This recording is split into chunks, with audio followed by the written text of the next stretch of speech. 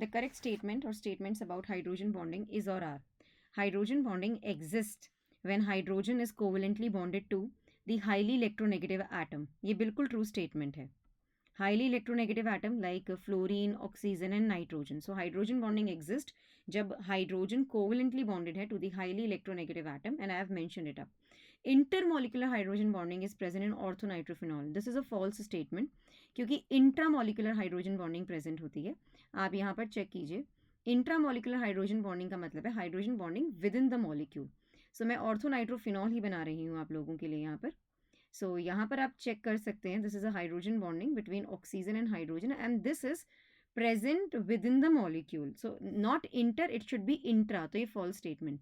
Now they are saying intramolecular hydrogen bonding is present in HF. No, HF के अंदर अगर देखें तो hydrogen delta positive charge, since fluorine is more electronegative, delta negative इस पे.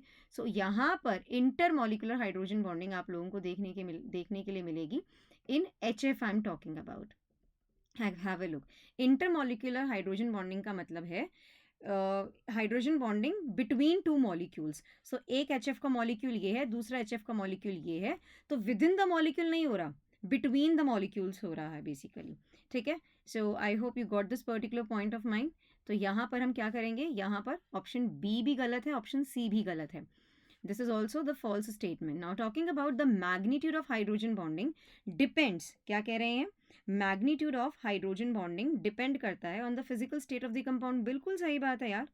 The magnitude has hydrogen bonding in solid state greater than the liquid state. Solid state के अंदर magnitude of hydrogen bonding ज़्यादा होगा in comparison to the liquid state, और liquid state में ज़्यादा होगा in comparison to the gaseous state. ये भी बिल्कुल सही बात है, ये बिल्कुल true है.